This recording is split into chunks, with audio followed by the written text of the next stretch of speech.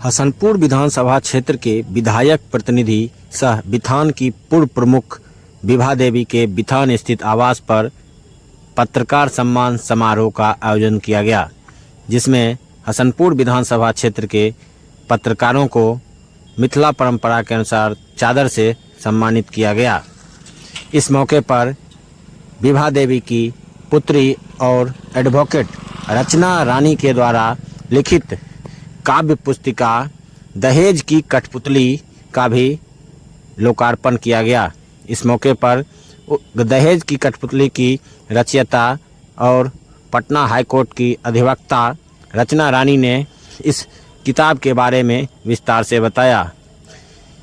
इसके लिए उन्होंने अपने माता और पिता को इसका श्रेय दिया कि जो उच्च संस्कार और उच्च शिक्षा उनके माता पिता ने उन्हें दिया है और इसमें कहीं भी बेटे और बेटी में भेदभाव नहीं किया गया है।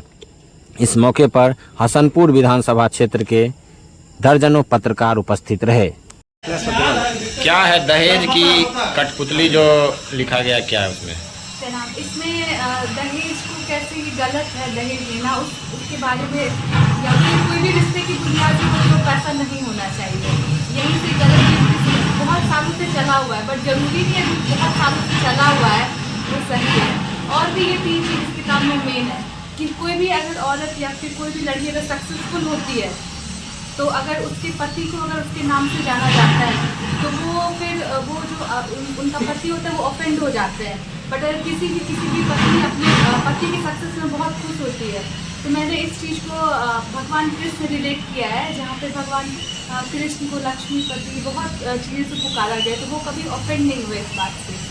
तो मैं इसको ये समाज में जागरूकता पैदा करना चाहती हूँ कि चाहे किसी भी औरत का सक्सेसफुल होना किसी भी उसके आदमी के लिए गलत नहीं और प्राउड वाली बात है। और दूसरा, अगर कोई भी औरत अगर उसका पति मर जाता है तो उसको गांव समाज में किसी भी शादी में उसको बहुत सारा मतलब कोई भी रीति रिवाज करने के लिए नहीं दिया जाता है, उसको अशुभ माना जाता है। पर हम लोगों को समझना चाहिए कि अगर भगवान ने किसी को बहुत अच्छा चीज़ अगर कोई मतलब छीन लिया है किसी तो हमें और ऐसा करना चाहिए कि सोसाइटी को एक अच्छा जगह कि उसको और खुशी मिले। और अगर हम लोग उसको अगर तिरस्कार कर देंगे तो इससे कुछ भी खराब बात नहीं है। तो मैं इन सब को छोटी छोटी चीज़ें जो औरतों के साथ होती है जो हम खुद में बदलाव लेके आ सकते हैं। हम लोग सब कुछ देखते हैं, हम गांव में रहते हैं, हमें सब बस इन छोटी छोटी चीज़ों को बस बदलाव लाना है। पहले खुद में शुरुआत होगी, फिर पूरी सोसाइटी में अच्छी बदलाव आ जाएगी। आगे और कोई किताब लिखने का, कविता लिखने का?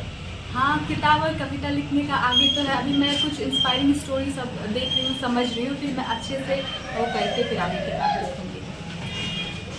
रानी हुआ और मैं छिछली गाँव से हूँ। मेरी मम्मी का नाम विभा देवी है और पापा का नाम श्रेयस है। और मैंने भी LLB लॉ से किया हुआ है और अभी ये जुडिशरी की प्रिपरेशन कर रही हूँ।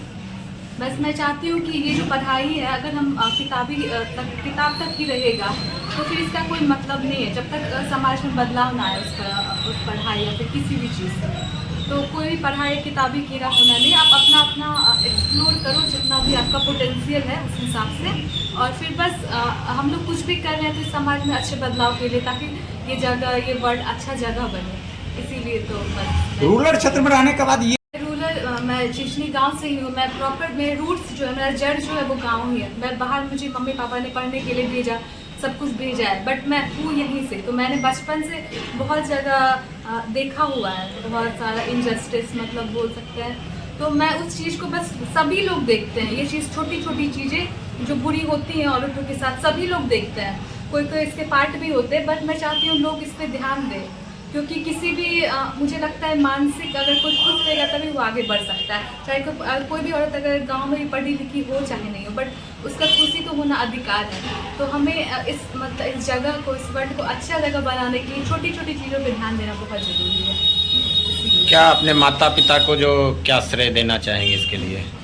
अगर मेरे माता पिता ने अगर मुझे इतना अपॉर्चुनिटी नहीं देकर के बाहर नहीं भेजा होता तो फिर मैं कुछ नहीं, मैं सोच भी नहीं पाती कि ऐसा होता है। तो मुझे लगता है कि आधा क्या बहुत मतलब सारा श्रेय मैं अपने माता पिता को ही देना चाहूँगी, जिन्होंने बेटी होने के बाद भी समाज में मुझे आगे बढ़ाया, पढ़ाया लिखाया, सब कुछ किया एक बेटे की तरह। कोई कुछ भी वो कभी पर्सनैलिटी नहीं।